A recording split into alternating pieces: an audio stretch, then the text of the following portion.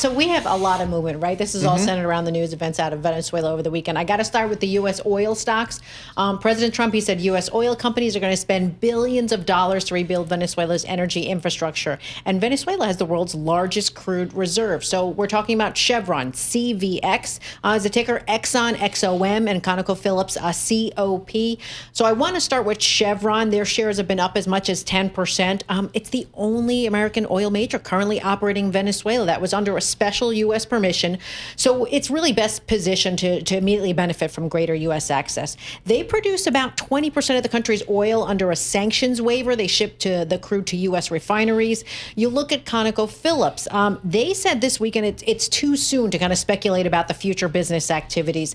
But in the past, you had Exxon's CEO said that it would look into any potential opportunity in Venezuela. But the problem is that it said it's going to be cautious because its assets there have been kind of expropriated in the past. International arbitrators, they've ruled ConocoPhillips actually owed more than $8 billion by Venezuela. Exxon still owed about $1 billion. That's stemming from the nationalization of those assets. But also, if you look at the three largest oil service companies like Halliburton, SLB, Baker Hughes, they all jumped more than 9% on the news. So that's on the oil front. Then we go to the gold front because gold has been soaring on this news too. Spot gold, yes, copper as well. Spot gold rose as much as 2.5%. You had silver gaining almost 5%.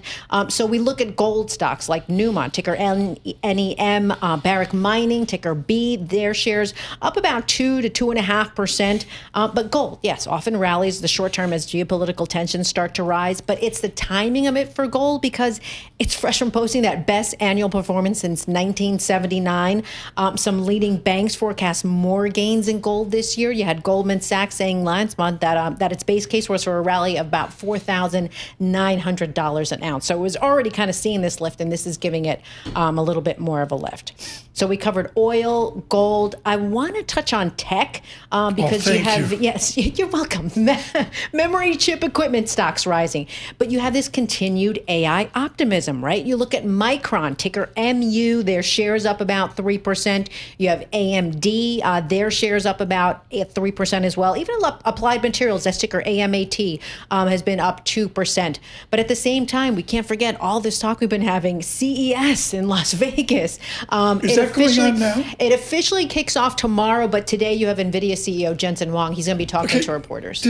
People want to know, does Dan Ives go to CES? Oh, sure. Oh, yeah, absolutely. Probably. He's out there big time. Can you imagine? He takes the air. The thing is like ginormous, right? Huge. He walks in, he takes the air out of the room. 150,000 people looking for the latest tech gadget. Oh, and what would he be wearing? That's the question. When I was gone, you had Dan Ives on. Yes, we did. Did he behave himself? He did very well. So he's all fired up about CES. He thinks there's going to be a lot of AI talk coming out of Las Vegas. The Dan Ives critics have sort of been silenced. Like, Apple turned around and I mean, they didn't do as well as some other stocks, but tech did okay. Am I right? Tech did okay. Absolutely. Yeah, absolutely. So he remains bullish.